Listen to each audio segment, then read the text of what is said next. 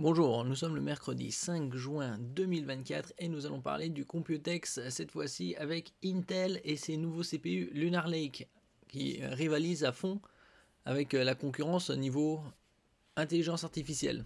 Nous allons voir les specs en détail dans un instant. N'oubliez pas de vous abonner pour plus de news sur le monde de la high-tech ainsi que les bons plans également sur mon Twitter. Computex 2024, Intel Lunar Lake, la nouvelle génération de processeurs mobiles IA pour PC portable Copilot+.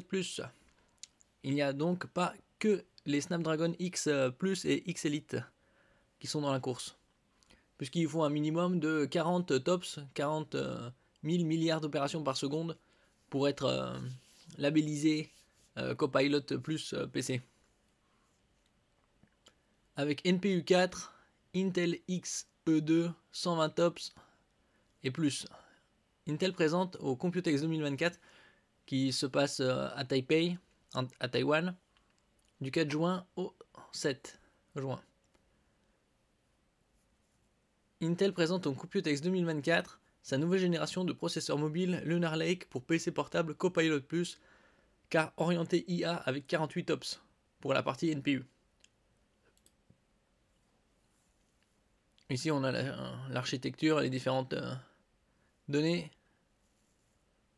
x86 Power Efficiency, c'est-à-dire que c'est plus efficace au niveau de la consommation électrique, et ce qui est très bien pour les portables puisque ça allonge l'autonomie.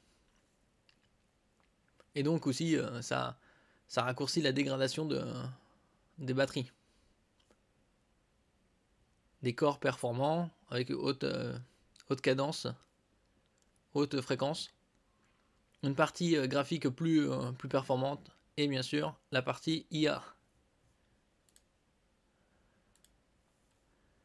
La nouvelle génération de processeurs hybrides Intel Lunar Lake s'appuie sur des cœurs performants P, Lion Cove, ainsi que des cœurs efficients E Skymount, sous une formule de type 4P plus 4E, c'est-à-dire 8 cœurs.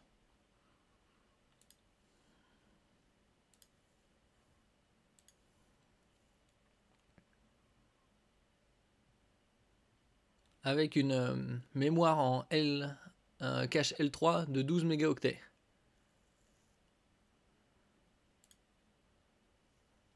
Les cœurs Lion Cove disposent de 2,5 mégaoctets de cache L2 et 12 mégaoctets de cache L3, contre 4 mégaoctets de cache L2 uniquement pour les Skymount. Donc ça c'est pour les parties performants et l'autre efficient.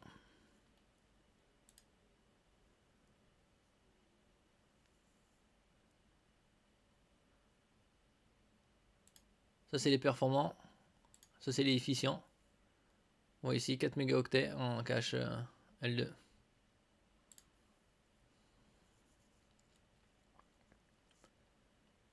Par ailleurs, il s'appuie sur une architecture graphique Intel X E2 LPG au 8 cœurs XE, 8 mégaoctets de cache et moteur IA XMX jusqu'à 67 TOPS, puisque les GPU ont plus de puissance de calcul. XE Matrix Extension équivalent à NVIDIA Tensor, ainsi qu'une architecture NPU pour la partie purement IA 4, Neural Processing Unit, jusqu'à 48 TOPS. En comparaison, les Snapdragon ARM X Elite ou X Plus ont 45 TOPS de puissance de calcul. Là c'est la partie graphique. Là le D, on voit un P, c'est pour un DisplayPort. 8 mégaoctets de cache L2, une puissance de 67 TOPS comme on a lu, et une connexion jusqu'à 3 écrans 4K 60 Hz en HDR. Et une puissance 50% plus importante que les Meteor Lake, comme on a vu également sur la future console portable de MSI, la MSI Claw 8 AI+, qui sera équipée justement de Lunar Lake. Avec leur maximum de 120 TOPS, les Lunar Lake sont adaptés pour intégrer les PC portables Copilot+. Et là nous allons voir comment ils atteignent 120 tops. Alors la partie GPU c'est 67 pour le gaming et la création IA. Le NPU spécialement intelligence artificielle jusqu'à 48. AI Assistant in Creation pour l'intelligence artificielle en tant qu'assistant et création. Et le CPU 5 tops pour l'intelligence artificielle légère. Et donc on atteint 120. L'ensemble s'appuie sur un package Foveros 2.5D permettant d'intégrer jusqu'à 32 Go LPDDR5X 8500 MHz de mémoire vive directement dans la puce. Oui, comme j'avais fait une vidéo parlant justement des nouveaux CPU de Intel, les Lunar Lake, qui intègrent directement la mémoire vive au CPU. Donc c'est très bon pour les ultra portables et les laptops, puisque ça prendra moins de place. D'un autre côté, il n'y aura pas d'évolution. Il y aura soit en version 16, soit en version 32.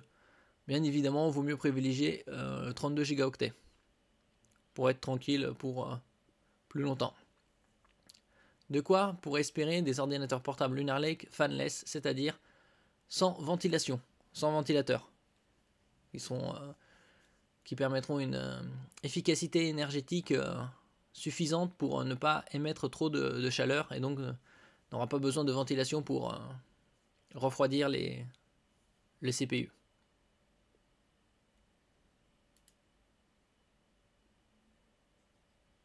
La partie GPU, graphique. D'après Intel, la solution Intel XE2 LPG est 50% plus rapide que le XE, c'est-à-dire génération précédente, LPG des Meteor Lake sous 3D Mark Time Spy. Elle offre aussi l'encodage et décodage AV1 et le décodage VVC H.266. Le plus connu étant le H.265 HEVC pour le 4K 60 images par seconde HDR. Et ici on voit le décodage up to, c'est-à-dire jusqu'à 8K 60 images par seconde 10 bits, c'est-à-dire 1 milliard 0,07 de couleurs HDR. Ça c'est en décodage, et en encodage également. Et ici on a différents codecs AVC, VP9, H.265 HEVC. C'est sur les tuners de télé. AV1, VVC, le nouveau.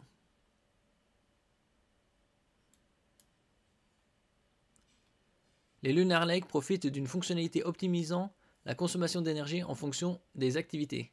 Ainsi, ils consomment 40% d'énergie en moins que les Meteor Lake en lecture vidéo YouTube 4K AV1. Donc 40% de moins, c'est pas loin des 50%, donc une autonomie doublée quasi.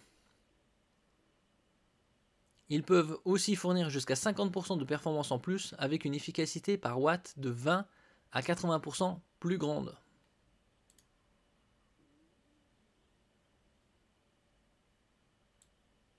Donc une meilleure gestion de la consommation électrique, ce qui est pour les ultra portables et laptops très très bon. En plus de tout ça, les nouveaux processeurs Lunar Lake prennent nativement en charge les connectiques Wi-Fi 7BE, c'est-à-dire la toute dernière norme Wi-Fi, le Bluetooth 5.4, également la dernière norme, HDMI 2.1, également la dernière norme, DisplayPort 2.1, qui est rare parce que la plupart des moniteurs sont à 1.4. Ils le prennent en charge, c'est également la dernière norme. eDisplayPort 1.5, c'est externe. Et Thunderbolt 4 jusqu'à 3. Donc sur un PC avec 3 USB-C Thunderbolt 4, on aura 3 sorties moniteur. Il supporte le PCI Express 5.0 x 4. Le PCI Express 5.0 étant la dernière norme PCI Express. Et le PCI Express 4.0 x 4. Le PCI Express 4.0 x4, c'est jusqu'à des débits en lecture de 8 gigaoctets par seconde, en théorique. Et le PCI Express 5.0, c'est le double. Mais également 3 affichages 4K 60 Hz ou un affichage 8K 60 Hz.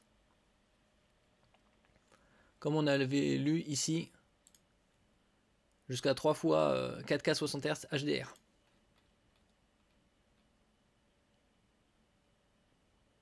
Intel insiste sur le fait que ces Lunar Lake sont pensés avant tout pour être efficients plus que pour fournir une grosse puissance. Ouais, c'est tout aussi important la puissance que l'efficacité énergétique. La firme de Santa Clara nous précise que plus de 80 PC portables Lunar Lake provenant de plus de 50 marques différentes sont d'ores et déjà prévus pour le 4e trimestre 2024, donc pour le Black Friday et Noël, notamment chez Acer, Asus, Dell, Gigabyte, HP, Lenovo, LG, MSI et Samsung. Donc plus de 80 PC, c'est top.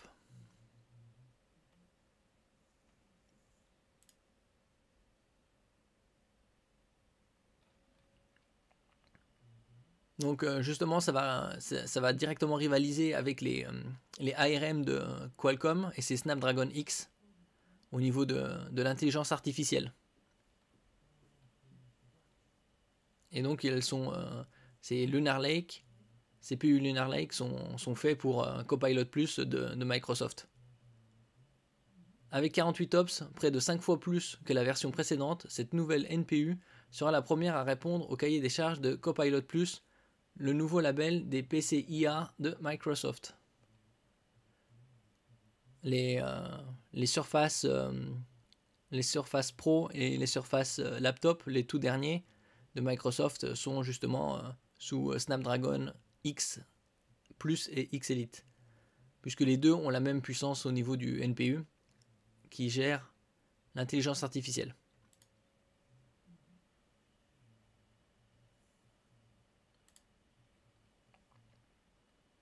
Et donc, comme on a vu, il gère toutes les dernières normes, que ce soit PCI Express, le Wi-Fi 7, le Bluetooth 5.4, le Thunderbolt.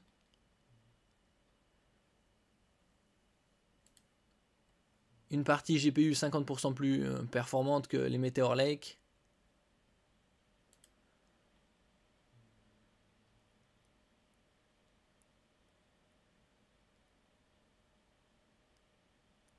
Côté CPU, Intel revendique aussi une montée en gamme. Les nouveaux P-Core, c'est-à-dire les cœurs performants, dédiés aux tâches exigeantes, baptisés Lion Cove, seront apparemment 14% plus rapides que leurs prédécesseurs. Mais en pratique, cela ne veut pas dire grand-chose, sachant que les performances individuelles des P-Core avaient significativement chuté avec la génération Meteor Lake. Bon, on verra dans les benchmarks à la fin de l'année.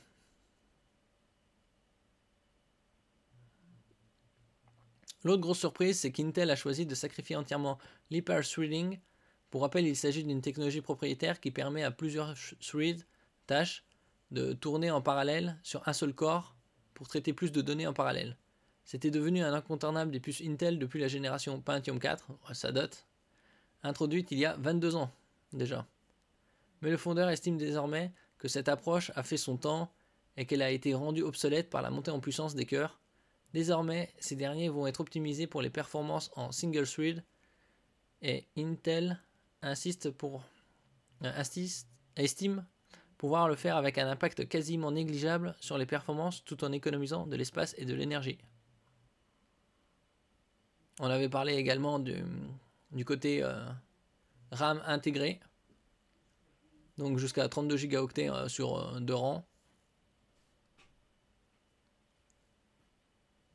De la LPDDR5X, c'est-à-dire la toute dernière norme, et en 8,5 giga traitement par seconde, comme sur les smartphones haut de gamme.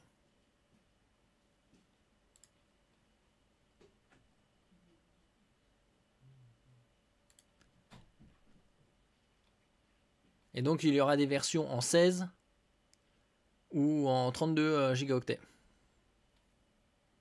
de RAM.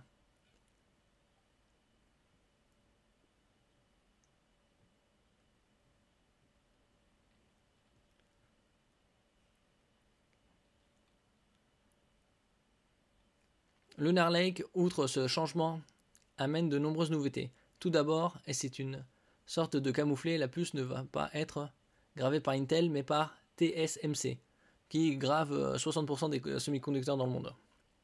Elle est composée de différents éléments avec plusieurs technologies en parallèle, du 3 nanomètres, la gravure actuellement la plus fine, pour la partie CPU, et du 6 nanomètres pour les parties moins essentielles, comme le contrôleur mémoire.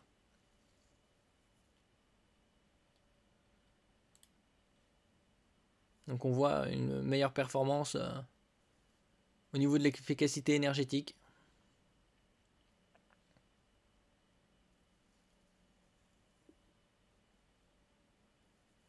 Plus 15% plus performant par rapport à la puissance, 10% plus performant par rapport aux zones, et une combinaison 30% plus efficace.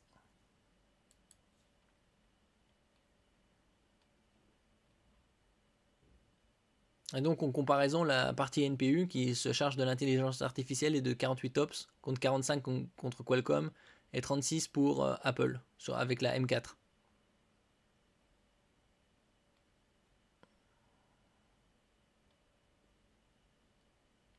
De même, le GPU prend en charge l'encodage et le décodage en AV1, un codec open source, mais aussi une première, le décodage du VVC, alias H.266. Le successeur du HEVC, H.265, évidemment, doit permettre des gains de 10% par rapport à l'AV1. C'est des codecs de vidéo.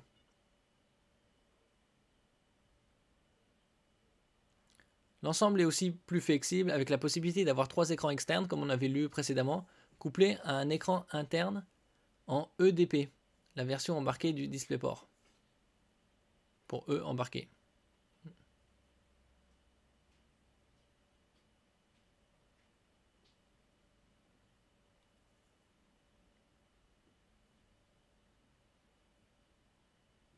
Il faut aussi noter l'intégration directe du Thunderbolt 4, Wi-Fi 7, tout ce qu'on avait déjà lu, les dernières technologies les plus récentes.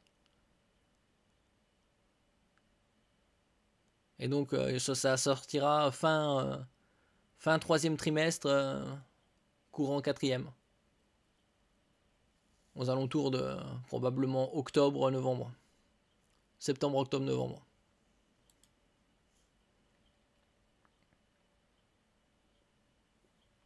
Donc finalement, il y a une très bonne concurrence au niveau de AMD, Intel, Qualcomm avec ses Snapdragon X et Apple avec ses M4 au niveau de l'intelligence artificielle. Ici, on peut voir une comparaison des architectures CPU d'Intel. Alder Raptor Lake qui est sorti au 4e trimestre 2021, donc ça date. Là, on a les Meteor Lake qui sont sortis au 4e trimestre 2023. Et donc, les Lunar Lake de ceux qu'on parle actuellement sortiront courant en 3e trimestre.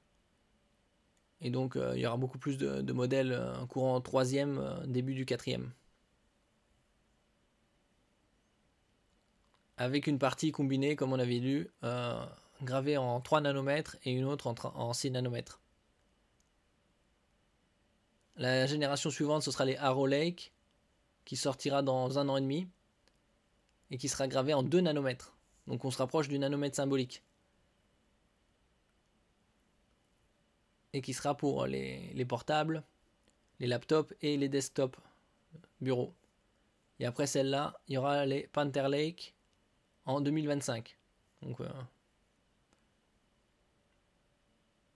alors Arrow Lake, c'est fin de l'année. Je sais pas dans 1 an et demi, dans 6 mois. Et là, les Panther Lake seront en 18A, c'est-à-dire 1,8 nanomètres. Et donc en 2026-2027, plutôt 2027, ce sera le nanomètre symbolique, environ.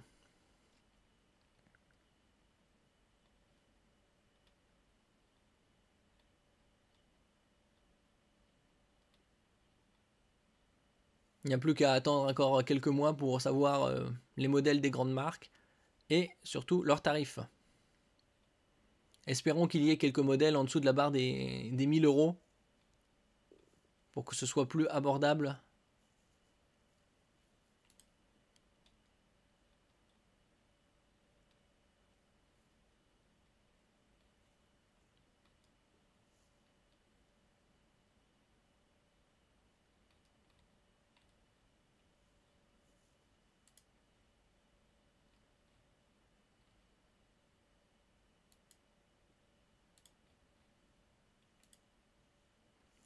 Merci pour votre écoute. N'oubliez pas de mettre un j'aime, un commentaire, de partager et de vous abonner à la chaîne. À la prochaine fois.